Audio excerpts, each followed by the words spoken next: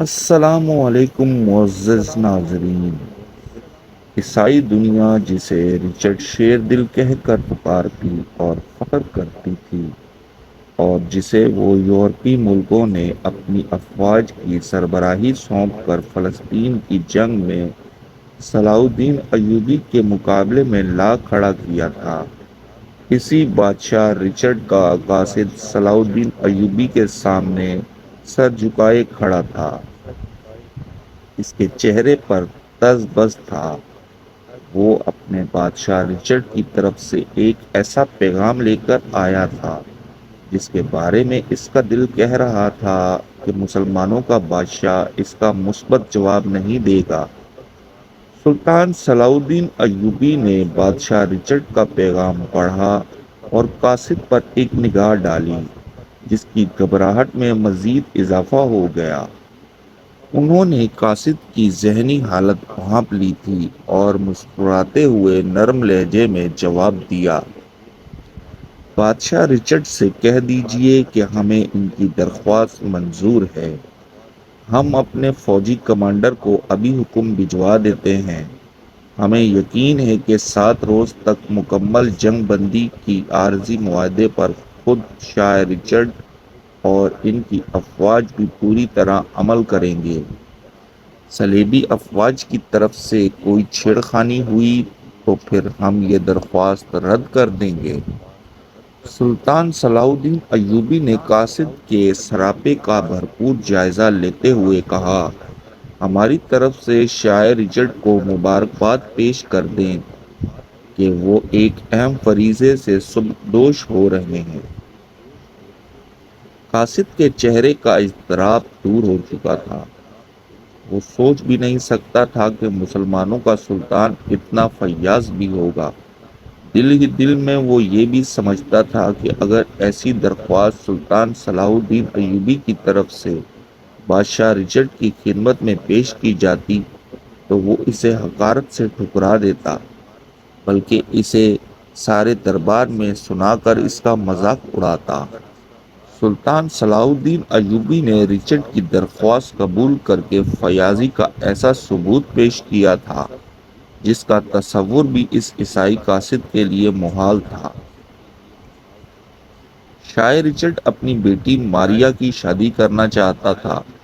شادی کے جشن کے لیے اس نے عین ایسے زمانے میں 7 روز کے لیے جنگ بندی کی درخواست کی تھی جب یہ صلیبی جنگ اپنے زوروں پر لڑی جا رہی تھی۔ شاہ رچرڈ کے علاقے اور حلقے میں شادی کی تیاریاں زور و شور سے ہونے لگی تھیں۔ تھکے ماندے سپاہیوں کو سستانے کا موقع مل گیا تھا۔ عیسائی کیمپ میں فوجی شب و روز شراب پیتے اور رقص و سرور کی محفلیں برپا کرنے لگے۔ سلطان صلاح الدین ایوبی کے کیمپ میں آرام کرتے اور اپنے خدا کی عبادت میں مصروف دکھائی دیتے۔ شادی کے جشن کی تیاریوں میں مصروف شاہ رچرڈ کو ایک نئی بات سوجھی اور وہ اس پر عمل کرنے کے لیے تیار ہو گیا۔ قاصد پھر سلطان صلاح الدین ایوبی کے دربار میں حاضر ہوا۔ اس بار اسے یقین تھا کہ سلطان صلاح الدین شاہ رچرڈ کا دعوت نامہ کبھی قبول نہیں کرے گا۔ ذہین اور عاقل قاصد بڑے غور سے سلطان صلاح الدین ایوبی کے چہرے کے تاثرات سمجھنے کی کوشش کر رہا تھا۔ سلطان صلاح الدین ایوبی نے دعوت نامہ پڑھتے وقت کسی تاثر یا رد عمل کا اظہار نہیں کیا۔ سلطان نے ایک نگاہ اپنے درباریوں پر ڈالی اور پھر قاصد کی طرف دیکھتے ہوئے کہنے لگا، شاہ رچرڈ کا شکر گزار ہوں کہ انہوں نے مجھے اپنی مسرتوں میں شرکت کے لیے یاد رکھا۔ شاہ رچرڈ کو میرا پیغام دینا کہ میں شادی کی تقریب میں ضرور شرکت کروں گا۔ قاصد یہ جواب لے کر سلطان صلاح الدین ایوبی کے خیمے سے باہر نکلا تو وہ مسکرا رہا تھا۔ اس کا دل کہہ رہا تھا کہ سلطان صلاح الدین ایوبی نے اگرچہ شادی کے جشن میں شرکت کے لیے حامی تو بھر لی ہے، لیکن وہ اپنا وعدہ وفا نہیں کرے گا۔ بھلا کون ایسے شخص ہو سکتا ہے جو دشمنوں کی کچھار میں جانے پر آمادہ ہو جائے؟ وہ ضرور بعد میں کسی مصروفیت کا عذر پیش کر دے گا۔ شاعر رچرڈ کی بیٹی شہزادی ماریا کی شادی کا دن آ گیا۔ پورے تزک و احتشام کے ساتھ عیسائی طریقے کے مطابق شہزادی کی شادی ہوئی۔ رات کو شادی کی خوشی میں جشن کی تقریب منعقد ہونے والی تھی اور اس میں سلطان صلاح الدین ایوبی کو شرکت کے لیے دعوت بھیجی گئی تھی۔ شام سے پہلے ہی صلیبی کیمپ کا گوشہ گوشہ قندیلوں اور روشنیوں سے جگمگانے لگا۔ سپاہی شراب پی رہے تھے، ناچ اور گا رہے تھے۔ شاعر رچرڈ کے خیمے میں اس کے درباری، جرنیل اور عزیز و اقارب جمع ہو چکے تھے۔ شہزادی ماریا اپنی سہیلیوں کے جھرمٹ میں نئی نویلی دلہن بنی بیٹھی تھی۔ شاعر رچرڈ بڑا ہانکنے لگا تھا، اپنی شجاعت کے قصیدے خود ہی پڑھ رہا تھا، بار بار اپنے سامعین کو کہہ رہا تھا کہ سلطان صلاح الدین ایوبی نہیں آئے گا، اس میں ہمارے کیمپ کا رخ کرنے کی جرأت کہاں۔ سلطان صلاح الدین ایوبی نے اپنے کیمپ میں بڑے اطمینان اور خضوع و خشوع سے عشاء کی نماز ادا کی۔ نماز سے فارغ ہو کر وہ خیمے سے باہر نکلے، جہاں ایک خادم ان کا خاص گھوڑا لیے موجود تھا۔ سلطان صلاح الدین ایوبی گھوڑے پر سوار ہوئے اور گھوڑا چلنے لگا۔ سلطان صلاح الدین ایوبی کے پیچھے دو گھڑ سوار بھی چلے آ رہے تھے جو شادی کے تحائف اٹھائے ہوئے تھے۔ اب رات بہت ہو گئی۔ شاہ معظم ایک درباری نے شاعر رچرڈ کو مخاطب کر کے کہا، مسلمانوں کا سلطان نہیں آئے گا، اب کھانا کھاتے ہیں۔ شاعر رچرڈ نے اس کی بات کاٹتے ہوئے کہا، مجھے معلوم تھا وہ نہیں آئے گا، میں نے اسے مرعوب کرنے کے لیے جو انتظام کیے تھے وہ بیکار گئے۔ عین اسی لمحے حاجب نے اعلان کیا، مسلمانوں کے سلطان صلاح الدین ایوبی تشریف لا رہے ہیں۔ حیرت اور استعجاب سے شاعر رچرڈ اور اس کے درباریوں کے منہ کھلے کے کھلے رہ گئے۔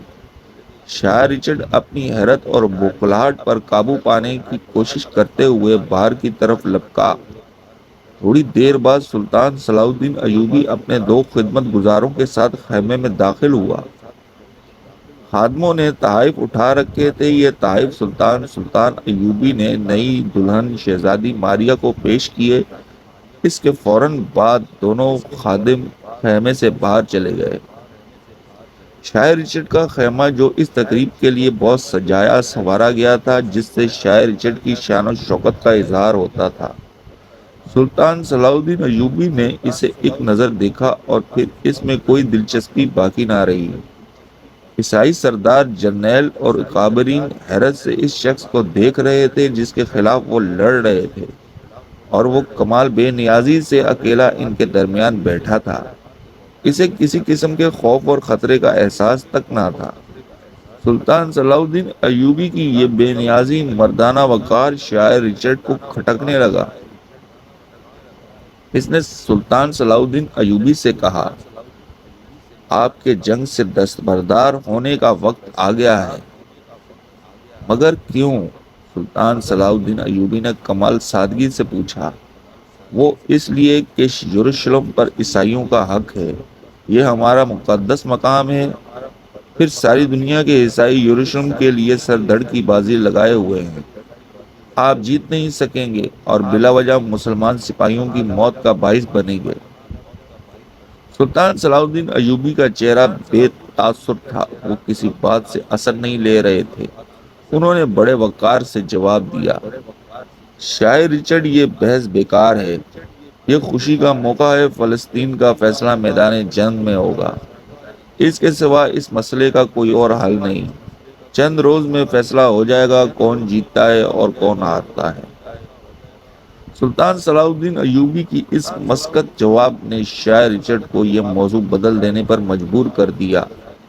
وہ دیکھ رہا تھا کہ اس کے درباری اور اس کے جرنیل سلطان صلاح الدین ایوبی کی بے خوفی سے مزید متاثر ہوتے چلے جا رہے تھے۔ اب شاعر رچرڈ نے اپنے ایک خفیہ ہتھیار استعمال کرنے کا فیصلہ کیا۔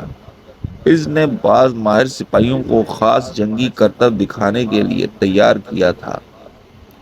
اس کے اشارے پر وہ سپاہی آ گئے۔ واقعی ان کے کرتب متاثر کرنے والے تھے۔ انہوں نے اپنے بہادری اور شجاعت کے ایسے نمونے پیش کیے کہ تمام درباری اش اش کر اٹھے۔ سلطان صلاح الدین ایوبی تلواروں کا ماہرانہ کھیل غور سے دیکھ رہے تھے، جیسے اسے ان مظاہروں میں دلچسپی تو ہے مگر وہ ان سے زیادہ اثر نہیں لے سکے۔ مظاہرے ختم ہوئے تو شاہ رچرڈ نے بڑے فخر سے کہا، سلطان، آپ نے دیکھا میرے پاس کیسے کیسے سپاہی ہیں، کیا آپ کے سپاہی ان کا مقابلہ کر سکیں گے؟ اسی لیے میں کہتا ہوں آپ جنگ ختم کر کے چلے جائیں۔ سلطان صلاح الدین ایوبی اپنی نشست سے اٹھے، انہوں نے اپنی ہلالی تلوار نیام سے نکالی تو اس کی آب و تاب سے دیکھنے والوں کی آنکھیں خیرہ ہونے لگیں۔ سلطان کے چہرے پر بلا کا وقار تھا۔ انہوں نے آہستہ سے کہا، میں صرف ایک چیز دکھاتا ہوں، پھر آپ جواب دیجیے گا کہ کیا آپ کا ایک بھی سپاہی تلوار کے ایسے ماہرانہ استعمال کی صلاحیت رکھتا ہے؟ یہ کہہ کر سلطان صلاح الدین ایوبی بڑے وقار سے چلتے ہوئے دلہن شہزادی ماریہ کے پاس پہنچے۔ اس کے سامنے سر کو قدرے جھکا کر انہوں نے بڑے نرم لہجے میں کہا، شہزادی، کیا آپ کا یہ انتہائی مہین ریشمی دوپٹہ لے سکتا ہوں؟ سب نگاہیں سلطان صلاح الدین ایوبی اور اس کی تلوار پر جمی ہوئی تھی۔ شہزادی ماریہ بھی بوکھلا گئی۔ ہاں سلطان معظم، آپ لے سکتے ہیں۔ اس نے کانپتے ہاتھوں سے اپنا قیمتی سفید رنگ کا بہت ملائم، بہت مہین ریشمی دوپٹہ اتار کر سلطان کے سامنے پیش کر دیا۔ سلطان نے شکریہ ادا کر کے وہ دوپٹہ لیا، شاہ رچرڈ پر ایک نگاہ ڈالی، پھر وہاں موجود تمام جرنیلوں درباریوں کو وقار بھرے انداز میں دیکھا اور وہ نازک دوپٹہ ہوا میں اچھال دیا۔ اس سے پہلے کہ وہ دوپٹہ زمین پر آتا، سلطان نے لپک کر اس پر اپنی تلوار سے وار کیا اور وہ دو ٹکڑے ہو گیا۔ سلطان صلاح الدین ایوبی نے اپنی تلوار نیام میں ڈالتے ہوئے کہا، کیا شاہ رچرڈ، آپ خود یا آپ کی فوج میں کوئی ایسا سپاہی ہے جس کی تلوار ایسی نرم اور مہین دوپٹے کو کاٹ سکے؟ کوئی ہے تو اسے کہیے کہ آئے اور اس کا ثبوت پیش کرے۔ پورے دربار پر سناٹا چھا گیا۔ کوئی ایسا نہ تھا جس کی تلوار کی دھار اتنی تیز ہو اور کوئی ایسا نہ تھا جو سلطان صلاح الدین ایوبی جیسی مہارت رکھتا ہو۔ سلطان صلاح الدین ایوبی متانت سے کھڑے رہے، پھر جب کوئی نہ آیا تو انہوں نے جانے کی اجازت لی اور اعتماد کے ساتھ قدم اٹھاتے ہوئے اکیلے ہی خیمے سے باہر نکل گئے۔ سلطان صلاح الدین ایوبی کے پیچھے دو گھڑ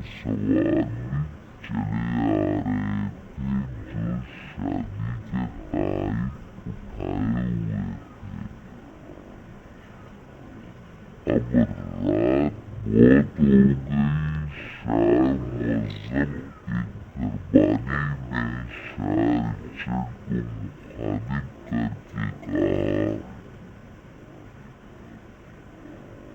اٹھائے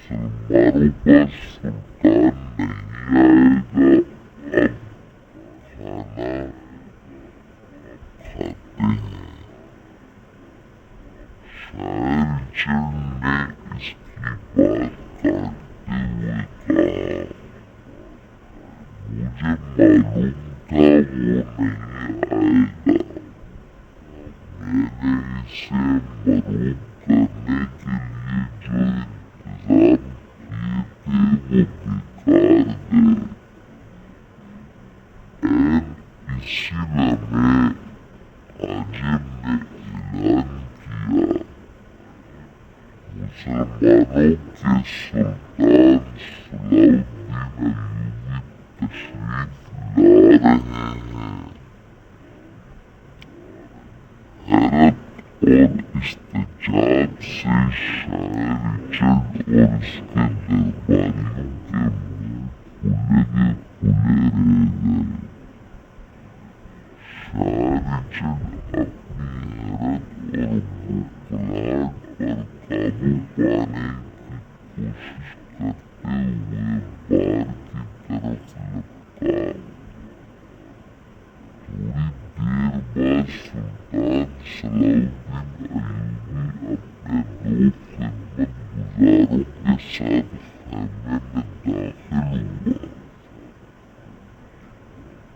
خانموں نے طائف اٹھا رکھے تھے، یہ طائف سلطان ایوبی نے نئی دلہن شہزادی ماریہ کو پیش کیے۔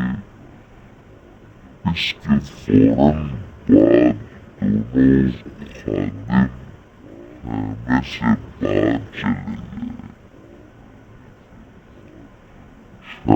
شاعر کا خیمہ جو اس تقریب کے لیے بہت سجایا سنوارا گیا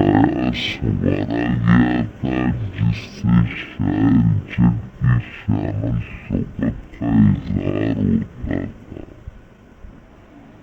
سلطان صلاح الدین ایوبی نے اسے ایک نظر دیکھا اور پھر اس میں کوئی دلچسپی باقی نہ رہی۔ عیسائی سردار جرنیل اور کابرین حیرت سے اس شخص کو دیکھ رہے تھے جس کے خلاف وہ لڑ رہے تھے، اور وہ کمال بے نیازی سے اکیلا ان کے درمیان بیٹھا تھا۔ اسے کسی قسم کے خوف اور خطرے کا احساس تک نہ تھا۔ سلطان صلاح الدین ایوبی کی یہ بے نیازی، مردانہ وقار شاعر کو کھٹکنے لگا۔ اس نے سلطان صلاح الدین ایوبی سے کہا، آپ کے جنگ سے دستبردار ہونے کا وقت آ گیا ہے، مگر کیوں؟ سلطان صلاح الدین ایوبی نے کمال سادگی سے پوچھا۔ وہ اس لیے کہ یروشلم پر عیسائیوں کا حق ہے، یہ ہمارا مقدس مقام ہے۔ پھر ساری دنیا کے عیسائی یروشلم کے لیے سردر کی بازی لگائے ہوئے ہیں، آپ جیت نہیں سکیں گے، اور بلا وجہ مسلمان سپاہیوں کی موت کا باعث بنیں گے۔ سلطان صلاح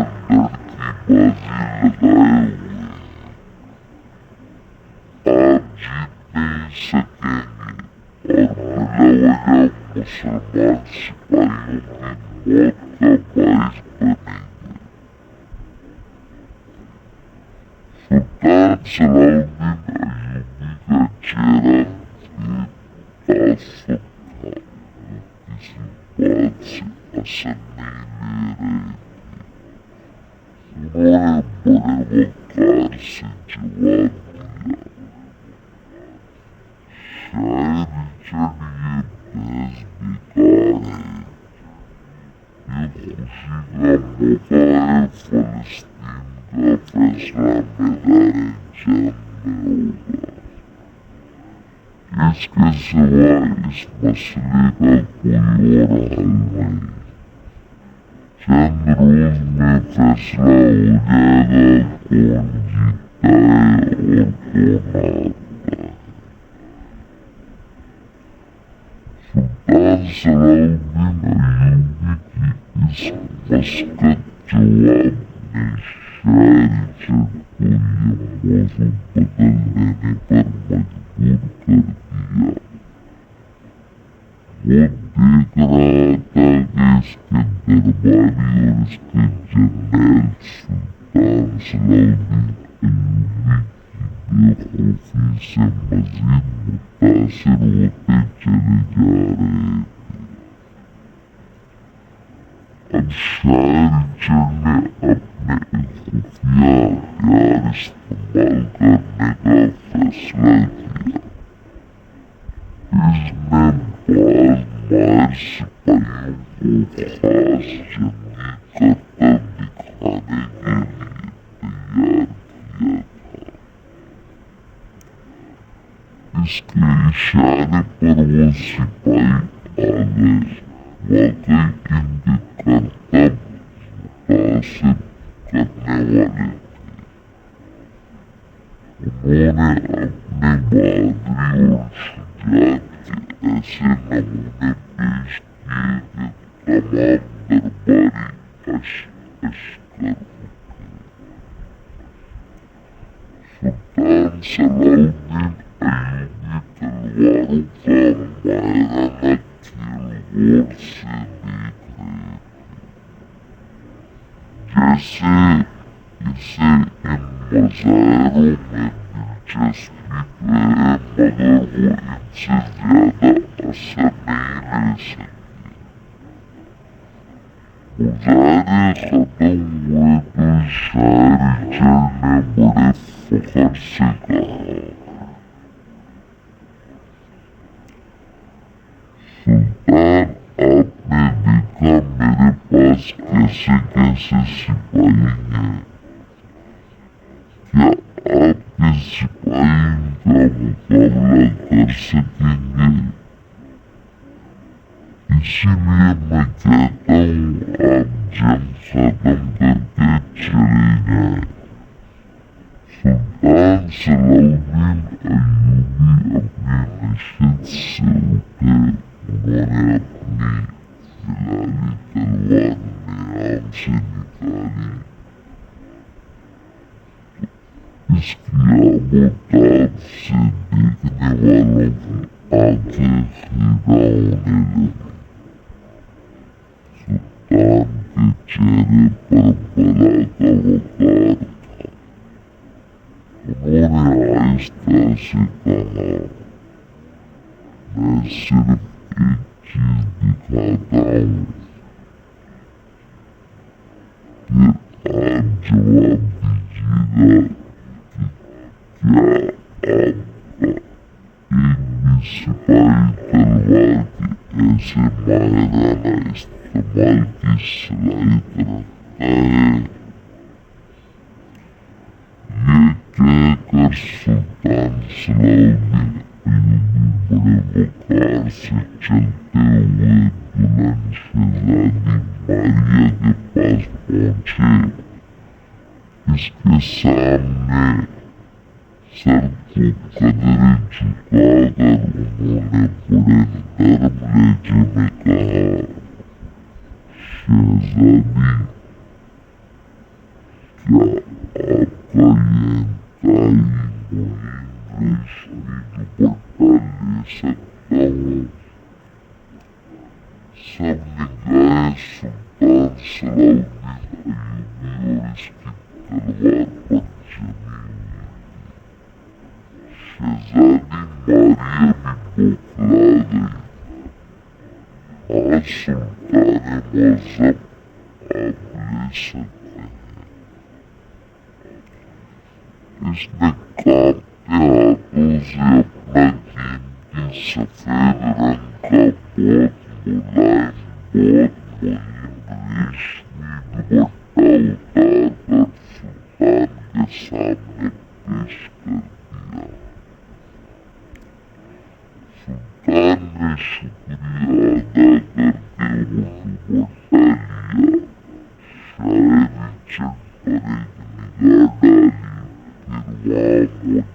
ڈالی، پھر وہاں موجود تمام جرنیلوں درباریوں کو وقار بھرے انداز میں دیکھا اور وہ نازک دوپٹہ ہوا میں اچھال دیا۔ اس سے پہلے کہ وہ دوپٹہ زمین پر آتا، سلطان نے لپک کر اس پر اپنی تلوار سے وار کیا اور وہ دو ٹکڑے ہو گیا۔ سلطان صلاح الدین ایوبی نے اپنی تلوار نیام میں ڈالتے ہوئے کہا، کیا شاعر جنگ آپ خود یا آپ کی فوج میں کوئی ایسا سپاہی ہے جس کی تلوار ایسی نرم اور مہین دوپٹے کو کاٹ سکے؟ کوئی ہے تو اسے کہیے کہ آئے اور اس کا ثبوت پیش کرے۔ پورے دربار پر سناٹا چھا گیا، کوئی ایسا تھا جس کی تلوار کی دھار اتنی تیز ہو، اور کوئی ایسا نہ تھا جو سلطان صلاح الدین ایوبی جیسی مہارت رکھتا ہو۔ سلطان صلاح الدین ایوبی متانت سے کھڑے رہے کہ جب کوئی نہ آیا تو انہوں نے جانے کی اجازت دی اور اعتماد کے ساتھ قدم اٹھاتے ہوئے اکیلے ہی خیمے سے باہر